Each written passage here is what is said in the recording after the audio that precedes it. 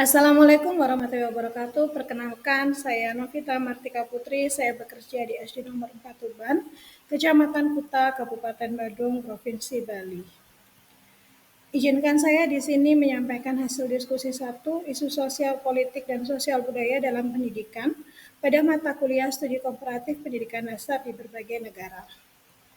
Topik 1. Menurut Anda, apakah masalah pendidikan dan hasil penelitian dalam artikel tersebut juga terjadi di sekolah atau di daerah lingkungan sekolah Anda? Jawaban saya iya.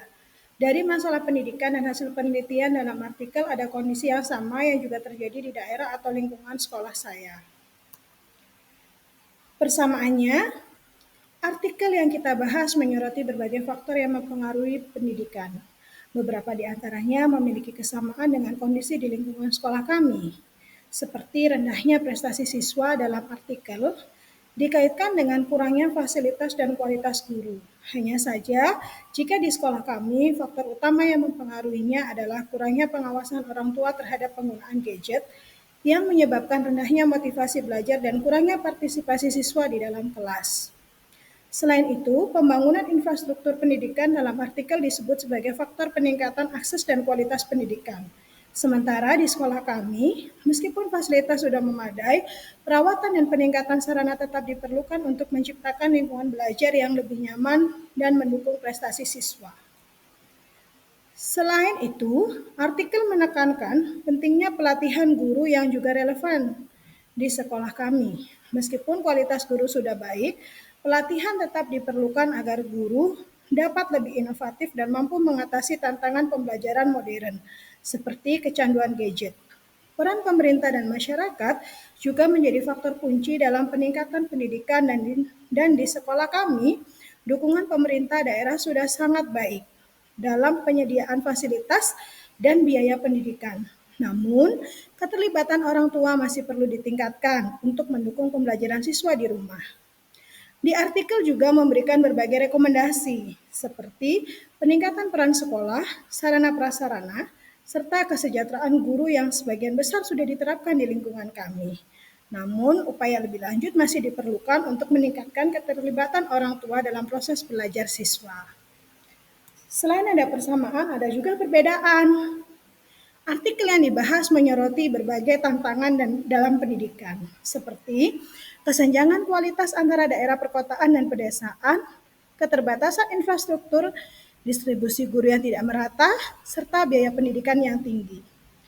Namun, kondisi ini berbeda dengan lingkungan sekolah kami. Sekolah-sekolah dasar negeri di daerah kami memiliki kualitas pendidikan yang relatif setara, dengan akses yang sama terhadap fasilitas dan program peningkatan mutu dari pemerintah daerah.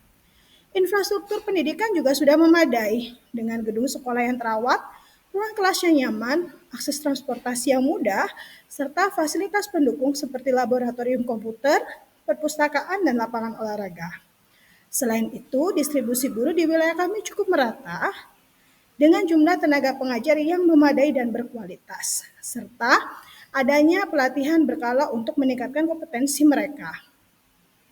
Dilihat dari segi biaya, pendidikan di sekolah dasar negeri sudah sepenuhnya ditanggung oleh pemerintah Kabupaten Badung, sehingga siswa mendapatkan pendidikan gratis beserta bantuan buku dan perlengkapan sekolah tanpa hambatan finansial bagi keluarga.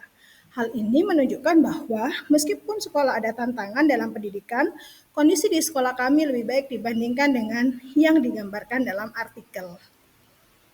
Oke, kita akan masuk ke topik 2. Bagaimana saran Anda untuk mengatasi isu-isu sosial politik dan sosial budaya pendidikan tersebut? Yang pertama yang akan saya bahas adalah isu sosial politik dalam pendidikan. Isu sosial politik dalam pendidikan mencakup kebijakan pemerintah, pemerataan akses, serta pengaruh politik terhadap sistem pendidikan. Berdasarkan materi yang tersedia, berikut adalah beberapa cara untuk mengatasinya. Yang pertama, pemerataan akses dan kualitas pendidikan. Menurut penelitian dalam Jurnal Ekonomi, Teknologi Sosial, dan Humanis, pembangunan infrastruktur pendidikan memiliki dampak signifikan dalam meningkatkan akses dan kualitas pendidikan, terutama di daerah pedesaan. Beberapa strategi yang dapat dilakukan adalah 1. Membangun sekolah di daerah terpencil untuk mengurangi hambatan geografis yang menghambat akses pendidikan. 2. Meningkatkan pelatihan dan kualifikasi guru melalui program pelatihan berkelanjutan agar kualitas pendidikan merata di semua daerah. 3. Peningkatan kebijakan alternatif seperti beasiswa atau bantuan finansial bagi anak-anak dari keluarga yang kurang mampu untuk mencegah ketimpangan sosial dalam akses pendidikan. Yang kedua, mengatasi dampak politik dalam pendidikan.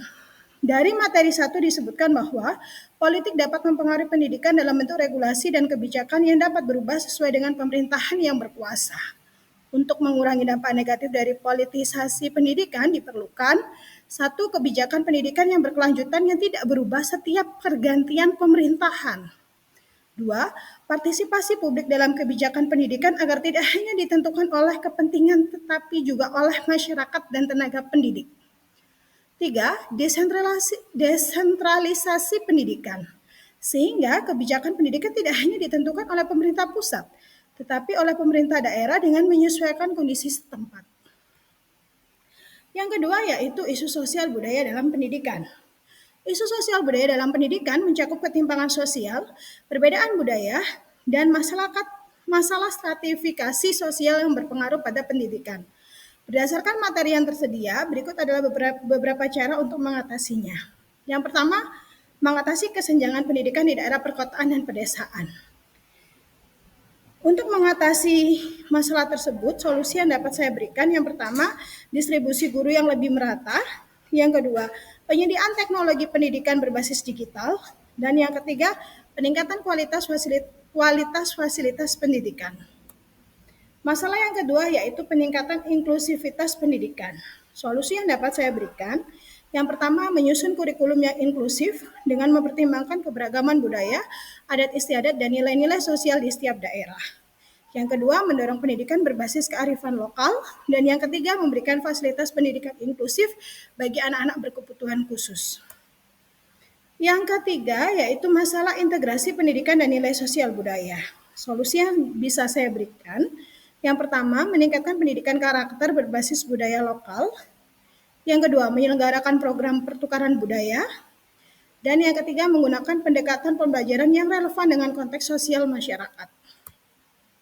Kesimpulannya, untuk mengatasi isu sosial politik dan sosial budaya dalam pendidikan diperlukan strategi yang terintegrasi antara kebijakan pemerintah, partisipasi masyarakat, serta peningkatan infrastruktur dan kualitas pendidikan. Dengan menerapkan langkah-langkah yang berbasis riset dan teori, pendidikan di Indonesia dapat menjadi lebih inklusif dan berkualitas bagi semua lapisan masyarakat. Topik yang ketiga yaitu, menurut pendapat Anda, bagaimana kaitan isi artikel dengan materi modul 1 dari BMP, Studi Komparatif Pendidikan Dasar di berbagai negara?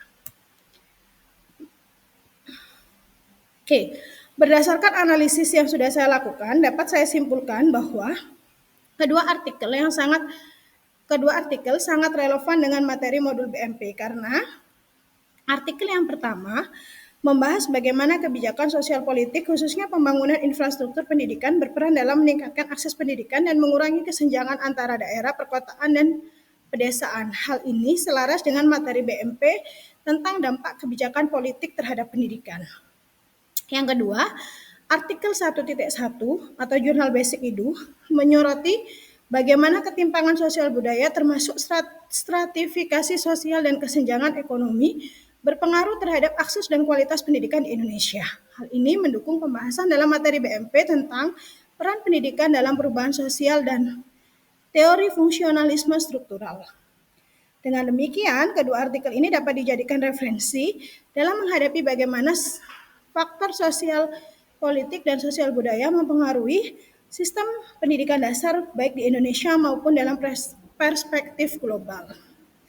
Oke, rekomendasi untuk studi lanjutan, jika Bapak Ibu ingin mendalami lebih lanjut hubungan antara materi BMP artikel ini, Bapak Ibu bisa melakukan satu, membandingkan pendidikan di Indonesia dengan negara lain untuk melihat bagaimana kebijakan infrastruktur pendidikan diterapkan di negara-negara maju atau negara berkembang lainnya.